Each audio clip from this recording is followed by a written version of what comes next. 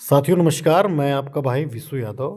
साथियों आज दो प्रमुख खबरों पे चर्चा हम लोग करेंगे, जूनियर एडेड भर्ती और नई प्राथमिक शिक्षक भर्ती के बारे में। जैसा कि आप स्क्रीन पे देख पा रहे होंगे, इन दोनों के बारे में आज अखबारों में छपा हुआ है और इसी पे आज हम लोग चर्चा करेंगे। जैसा कि आप सभी जानते हैं कि जूनियर एडेड का भी भर्ती का जो मामला है, पिछले 3-4 सालों से लंबित है और कल यानी कि विधान परिषद में एमएलसी जो हैं कि डॉक्टर आकाश अग्रवाल और राजबहादुर सिंह चंदेल जी ने इस मुद्दे को उठाया था। दरअसल जब एमएलसी महोदय ने जूनियर एडेड भर्ती का मुद्दा उठाया और उन्होंने कहा कि 2021 की ये भर्ती शुरू हुई है और अब तक पूर्ण नहीं हो पाई है, मामला कोर्ट में गया, कोर्ट से भी क्लीन चिट मिल चुका है। अब विभाग को सिर्फ अभ्यर्थियों की मेरिट लिस्ट बना करके परिणाम जारी करना है। और इस पर फिर बेसिक शिक्षा मंत्री जब वो खड़े हुए संदीप सिंह जी, तो उन्होंने ये कहा कि सरकार इस भर्ती प्रक्रिया को जल्द से जल्द पूरा करने का काम करेगी। मतलब वही जो उनका राग अलापने वाला काम होता है, हाँ जवाब दे देना बस। तो उन्होंने कहा कि आरक्षण का पालन करते हुए मैं इस भर्ती को बहुत जल्द पूरा करूँगा, ये वो। तो उस पर फिर एमएलसी जो है डॉक्टर अग्रवाल जी फिर खड़ा हुए, उन्होंने कहा कि मैं इससे संतुष्ट नहीं हूँ, एक सीमा आप तय करें कि आप कब तक मतलब इस भर्ती को पूर्ण कराएंगे। तो इस पर जो सभापति महोदय हैं, उन्होंने निर्देश दिया है बेसिक शिक्षा मंत्री और बेसिक विभाग को कि 31 मार्च यानी कि 31 मार्च 2025 तक यानी कि इस वित्तीय वर्ष में ही इस भर्ती को पूरा कराया जाए, ये आदेश दिया है। अब देखना है कि इस आदेश को किस हद तक पालन किया जाता है और क्या विभाग और शिक्षा मंत्री सभापति महोदय के आदेश को मानते हैं या नहीं। और साथियों, मैं जूनियर एडेड के जितने भी भाई हैं, मैं उनसे यही कहूँगा कि आप लोग अपनी यूनिटी बना लीजिए। अब ये आदेश आपको मिल चुका है और आप लोग शांत मत बैठिएगा, अपने मुद्दे को हर स्तर पर उठाते रहिए। प्रोटेस्ट करने का नौबत आए तो भी आप अपनी यूनिटी, आपकी संख्या अच्छी खासी है, तो आप अपनी यूनिटी बना करके कम से कम शांत मत बैठिएगा, क्योंकि इस सरकार का कोई भरोसा नहीं है। ये सरकार, आप देख रहे होंगे कि प्राइमरी में 27,000 पदों पर सुप्रीम कोर्ट के आदेश के बाद भी नई भर्ती का विज्ञापन जारी नहीं कर रही है। तो आप कैसे इन पर विश्वास कर सकते हैं कि ये सभापति महोदय की बात को मानेंगे?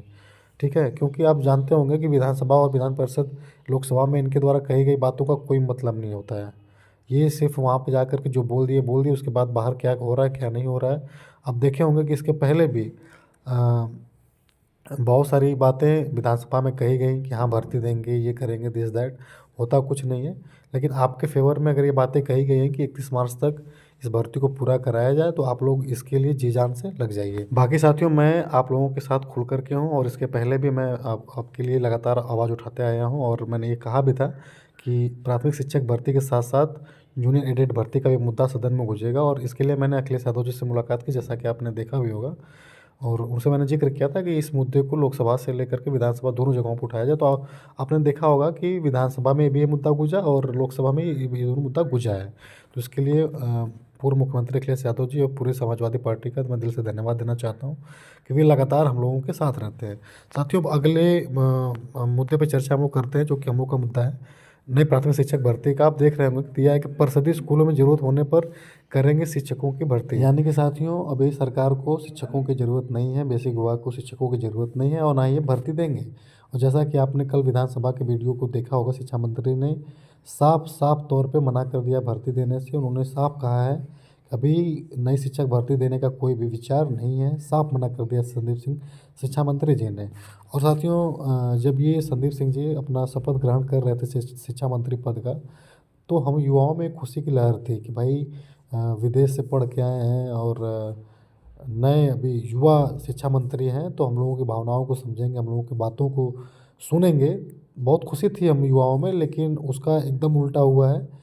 भर्ती तो छोड़िए, एक यूपी टेट तक नहीं करा पाए अपने कार्यकाल में, पुरानी भर्तियां अभी तक लंबित पड़ी हैं। खैर साथियों, इसमें कोई नई बात नहीं है। और जब भी कोई नेता या मंत्री अपने पद पर होता है तो वो अहंकार में चूर होता है, जनता की बात को नहीं सुनता है, और जब पद चला जाता है तो फिर उनको कोई पूछता भी नहीं है। आपने देखा होगा कि इसके पहले पूर्व शिक्षा मंत्री जो सतीश द्विवेदी जी थे, वो भी अनुपात समानुपात का एकदम रोना हमेशा चालू रखते थे। और जब यूथ उनसे मिलता था तो गुमराह करने का इधर-उधर की बातें करते थे। और आप देखे होंगे उनको घमंड था कि हम जीत जाएँगे अपने विधानसभा में। आप देखे होंगे कि उनको चुनाव हारने के बाद आज कोई पूछ नहीं रहा है, प्लॉटिंग कर रहे हैं घूम-घूम के। तो तो यही होता है। और नेता मंत्री जब पद पर होते हैं तो उनको अच्छा कुछ ऐसा कुछ करना चाहिए कि उनको आने वाली पीढ़ियाँ याद रखें। अब जैसे कि वर्तमान शिक्षा मंत्री जी हैं, इनके जो दादाजी थे, उनको आज भी लोग याद करें क्योंकि उन्होंने ऐसा काम किया। खैर साथियों, जैसे कि हम लोगों ने 6-7 साल तक इंतज़ार किया, तो धैर्य बना कर के रखिए। बाकी इस लोकतांत्रिक देश में जिन्होंने भी अहंकार दिखाया है, उनको जनता ने ऐसा जवाब दिया है कि फिर वो दिखे नहीं। तो धैर्य बना कर के रखिए, जितने अहंकार वाले हैं सब के सब गायब हो जाएँगे, परेशान होने की ज़रूरत नहीं है। बाकी साथियों, आगे जो भी अपडेट होगी मैं आपसे साझा करता रहूँगा। और तब तक जुड़े रहिए अपने भाई के चैनल पिशु यादव डीएलएड से। Thank you so much.